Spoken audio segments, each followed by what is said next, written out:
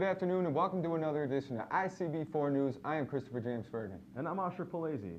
It's day 35 of the Occupy Chicago movement, and protesters are still chanting and beating their drums on the corner of LaSalle and Jackson in downtown Chicago's financial district. Occupy Chicago is actually Occupy Wall Street's about a month and a half old, around there, the whole movement.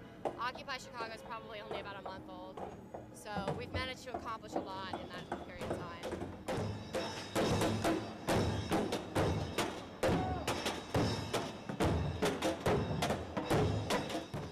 Taken off the past 2 weeks so that I could work on this and keep up with school. So fortunately, from the generous donations, I've been able to eat peanut butter and bagel sandwiches every day. But other than that, and I would not, do so unless I felt that it was necessary that I be here. Despite the recent arrest of 2 nurses and over 130 others, the protesters are still showing up and are gaining more support.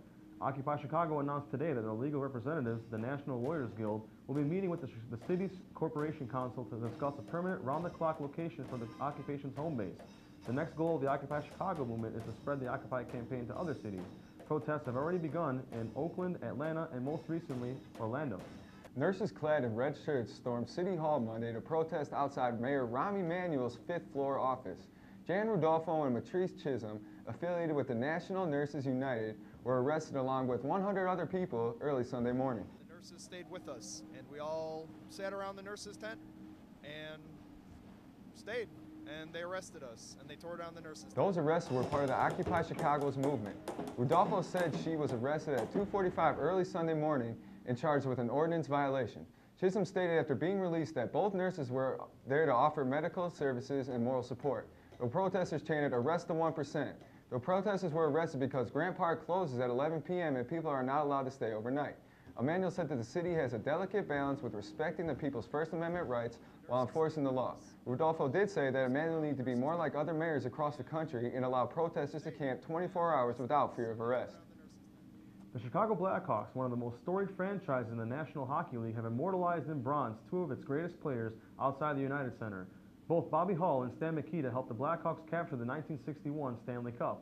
Hawks center Patrick Kane said, "Hull and Mikita mean just as much to the Blackhawks organization as Jordan did to the Bulls."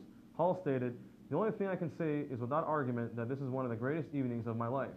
These larger-than-life statues were unveiled before Saturday night's game. You can find the statues outside of Gate 3½. Since 1914, Wrigley Field has played home to the Chicago Cubs. It has had so many great shared memories, but never the most coveted prize in baseball, the World Series. With the signing of Theo Epstein, the Cubs plan to change just that. Theo Epstein was the general manager of the Boston Red Sox, where he ended the World Series drought of 86 years. Epstein is known for making blockbuster trades to help improve his team. The Cubs hope he'll have the same magic he had in Boston and bring it to Chicago.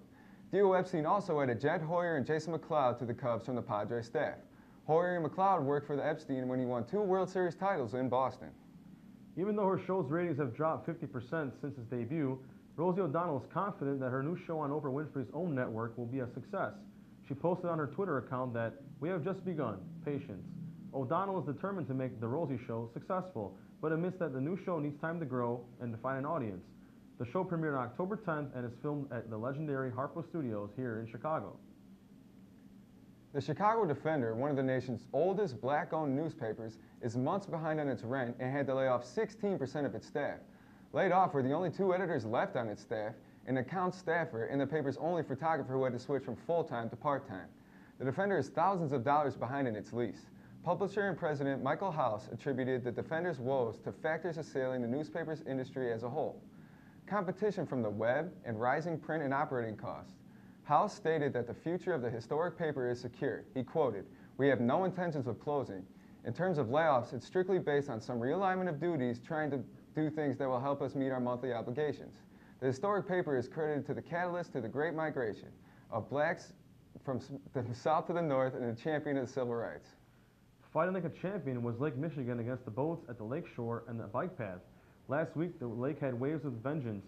As the water was churning, it was driven by winds gusting over 40 miles per hour. The city has now discouraged people from running, cycling, or walking near the edge of Lake Michigan because the waves were large enough to knock people over and sweep them away. Swimming was strictly prohibited, and boat owners came back to chaos, finding their boats sunken and destroyed. The National Weather Service forecasted wave heights anywhere from 18 to 24 feet. Looks like this year we'll be not worrying about only a high wave sweeping us, but darker days as well. As if Halloween couldn't get any darker, it will this year. At this time every year we change our clocks, but this year's daylight savings will be ending later. November 6th will be the new day to set your clocks back. This is the second longest wait since the energy savings method was established in 1918. In 2010, daylight savings ended on November 7th, the longest day in history. Congress extended the length of the clock change in 2007. Daylight savings was in effect for 238 days. What does this all mean? Dark mornings for at least 2 more weeks. On November 5th, the sun won't rise until about 7:34 a.m. and will just set before 6 p.m. But whether it's dark or light out, you can always count on Halloween festivities going on here in Chicago. This is one of the most celebrated cities in the world, so you might ask yourself, where do we go? Well, some of the most colorful events are always held on Chicago's north side. Halsted Avenue will be hosting the Halloween on Halsted Parade. It begins at the corner of Belmont and Halsted at 7 p.m. and ends at Bradley. You can expect a lot of people in creative, unorthodox costumes.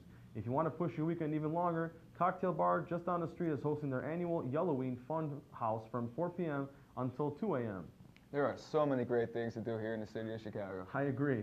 And for more information on festivities, visit our webpage at icv4news.com. And we here at ICB News thank you for watching and wish you all a safe and happy Halloween. Thank you, and we'll see you next time.